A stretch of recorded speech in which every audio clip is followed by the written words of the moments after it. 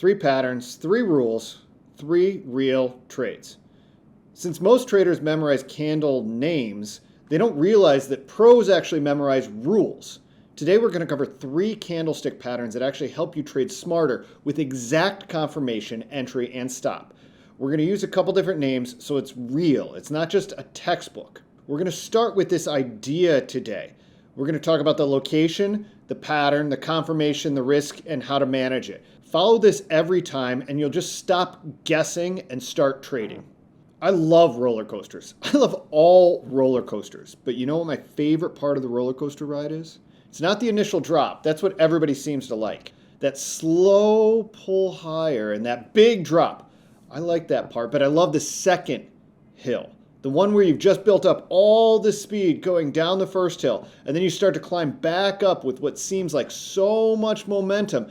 But then as you climb, you start to almost stall right at the top of that second hill as it gets to its steepest. It almost feels like the roller coaster isn't going to make it up the second hill.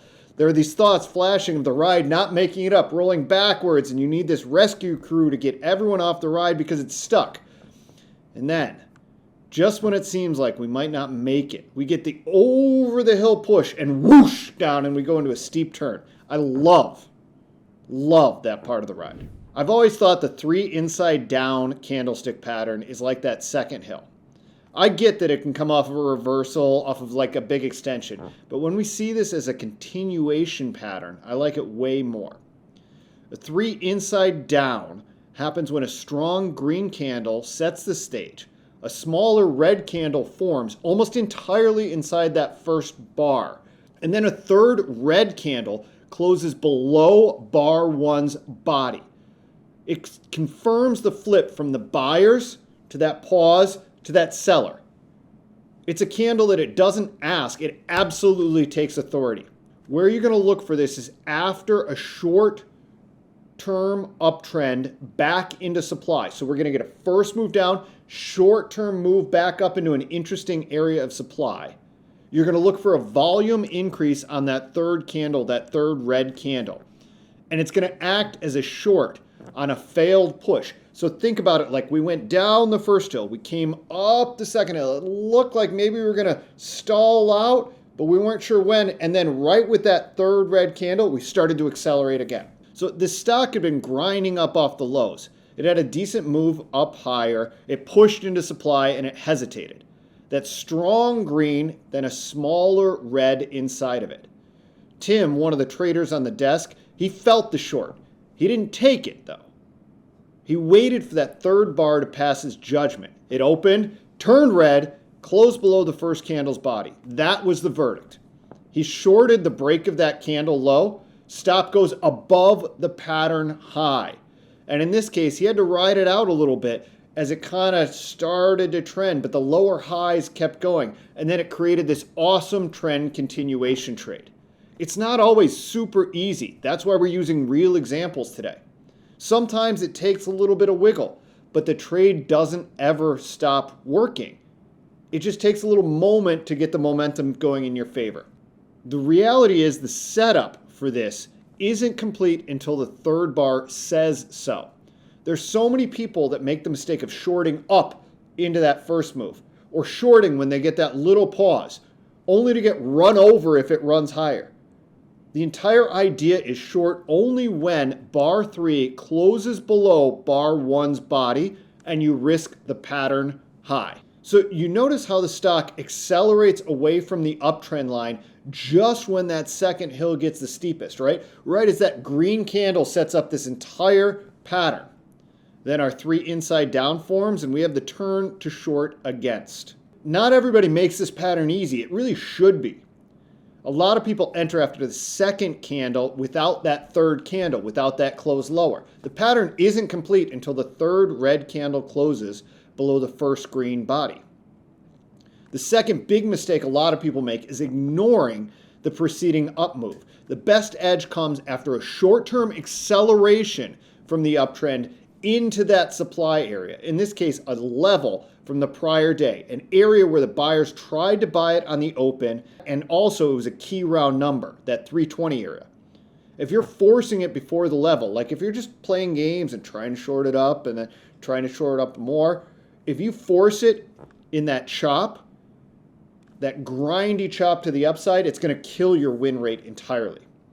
And then the third thing is people use the wrong high for risk all the time here.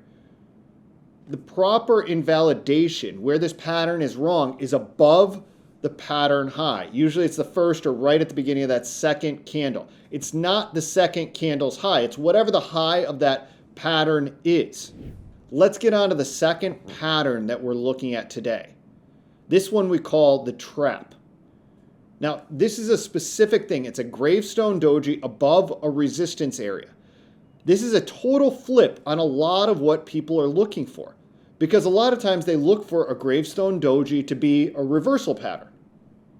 Goes up, you get that big long wick, close at the low. It looks like it's going to be a reversal pattern, right? But here's a little secret. What we found, what you're finding out today, is that this is a great version of a continuation pattern depending on where it occurs.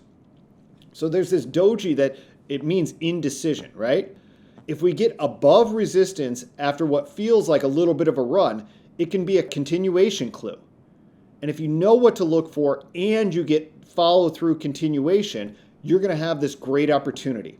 So after a multi-bar uptrend holds above a key level, you're going to look for that gravestone doji, and then you're going to look for the volume to surge but price failing to close lower. Think about what was just happening here.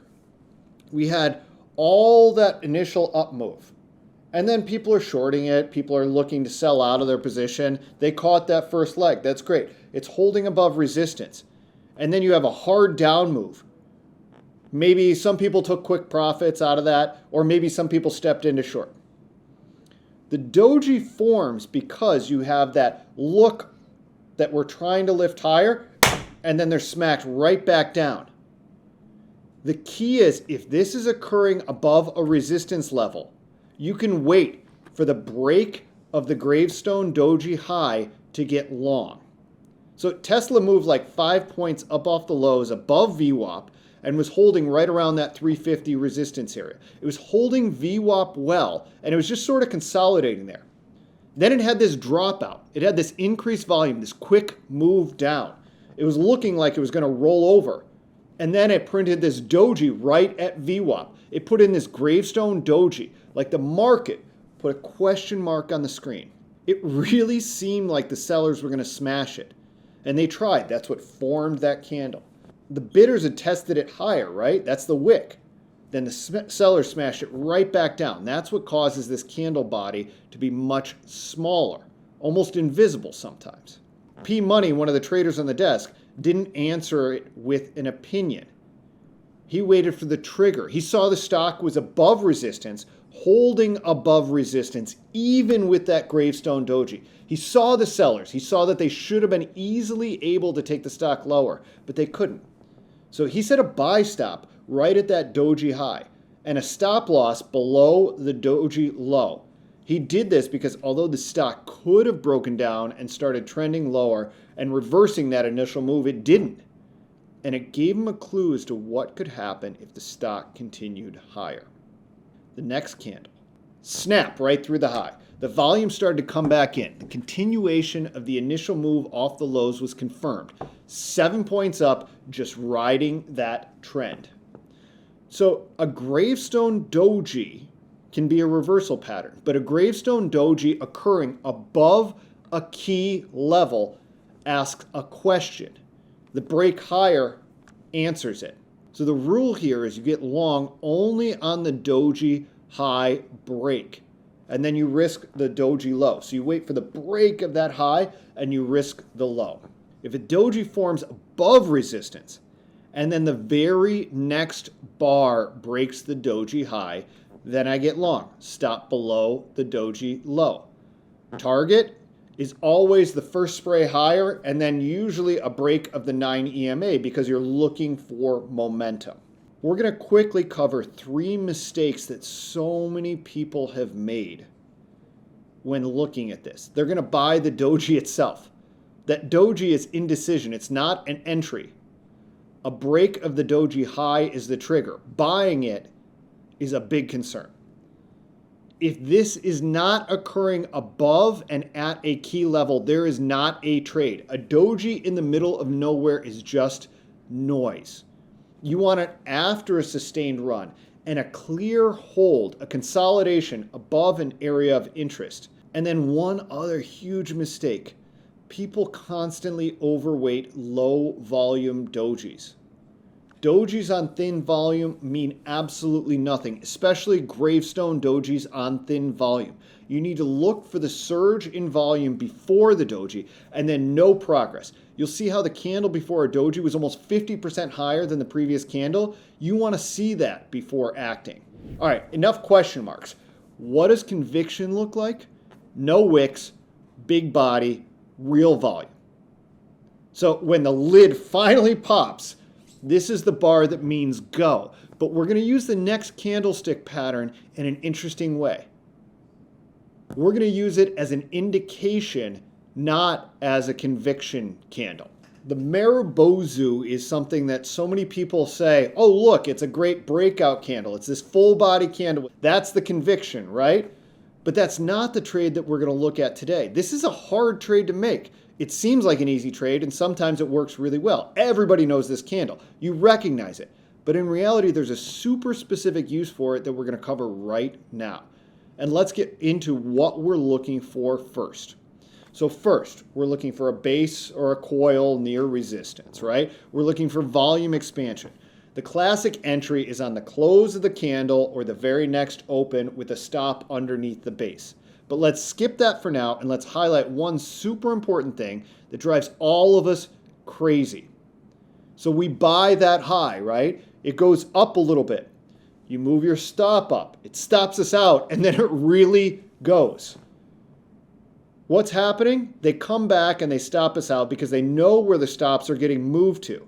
They know how to grab liquidity before a big move. They need that liquidity and they know right where to find it, in the body of that big candle. So this stock had a day one catalyst. It sat in a range. It looked like it might break out a couple of times, but it never really went. But then we had this shift. We had a real break, a real Marubozu, which can signify the idea can have legs.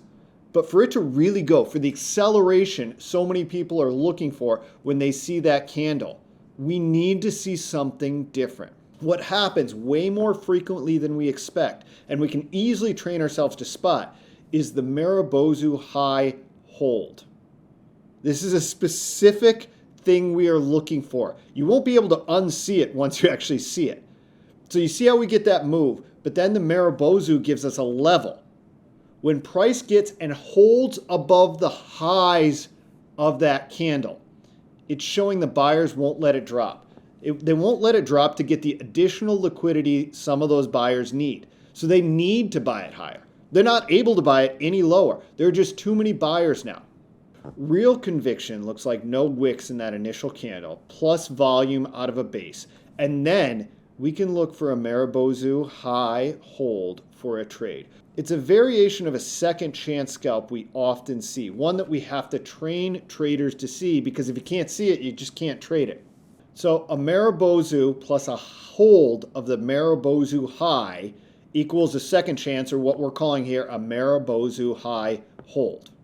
So if you have that green Marubozu that breaks the base on volume, and if it tests and then holds the high of that candle, like it has to hold the top like 10% of that candle, then I can get long with a stop halfway up the Marubozu, and I can look for real acceleration to occur as the buyers have to pay up to get the liquidity they need. The reality of the situation is we're talking about identifying a situation where the buyers need to buy stock. They can't get the liquidity lower, so they're going to have to chase it up. Clean Marubozu through resistance. We want to see it chop around and then hold that Marubozu high, and that's not guesswork, that's the confirmation. There are three huge mistakes people make here. The first one is calling any big green or sometimes red bar a Marubozu. The true signal is there's little to no wicks plus a range break from a base, from some sort of coiling action. The second one is buying without volume confirmation. A full body on light volume is super fragile. You want volume expansion through the level, ideally at least 100% of any of the prior candles' volume. And then finally, the worst thing you can do is placing stops where the market just doesn't care. For your stop, for this Marubozu high hold, the stop belongs half back after we see that high hold. All right, so the Marubozu gets us interested.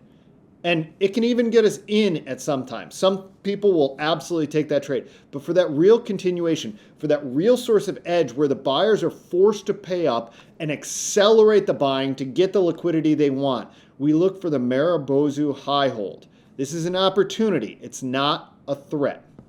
All right, these three patterns can't save you from three bad habits we see all the time. We talked about the mistakes a lot of traders make. Let's run them back, and then we'll delete them from our trading. Candles aren't orders. They are conversations. We put them in the right location, and then we demand confirmation, and we place risk where the story's wrong, not where you feel nervous. The big mistakes are buying shapes without location, right? We talked about it has to be above resistance. It has to clear this level. This is the important factor. You need to review this video and make sure you're buying with location. The second thing is absolutely ignoring the volume and the tape confirmation. This is critical. You need the volume and the tape confirmation. And then the third, we talked about it, but come on. Putting stops at a price that's only important to you, that's never going to be something that works. So we've got this little drill for people to see. Location plus pattern plus confirmation plus risk allows you to manage. And it totally reduces your stress. This drill is called a stoplight drill. So you're going to pick one of the three patterns, and you're going to write one line before that pattern stops. If confirmation happens at location, entry. Stop equals just beyond invalidation of that pattern. You're going to go to a replay chart. You're going to replay it forward on fast speed, 30 to 60 seconds. That's it, right? And you're literally going to call out. You're actually going to say out loud, green, which means that's the time to take action. Yellow, which means I'm interested, but I don't have a ton of information. I need to be a little bit careful here. And red, which is I don't have anything at all. As you play it forward, you're going to give every single next candle a color from the stoplight. Red, red, red, yellow, green. It's go time. This drill only takes a few seconds, but it's going to save you months of frustration. And the best traders think this way. We use technology to help us find opportunities. We practice those opportunities with a drill, just like the 60-second stoplight drill we just did together. We allow the market to provide an opportunity for us to win. Remember, candles are clues, they're not commands. You put them at the right location, you demand confirmation, and you define risk, and they'll actually help you trade smarter. We're sharing drills and content like this all the time, so be sure you're subscribed. And if you want to see things more clearly and really watch patterns like this fire in slow motion, you can watch Scalping in Slow Motion, which is a video we did where we talk about 10 reps from one day. You can watch it next to get a feel for what it really looks like to be an intraday trader.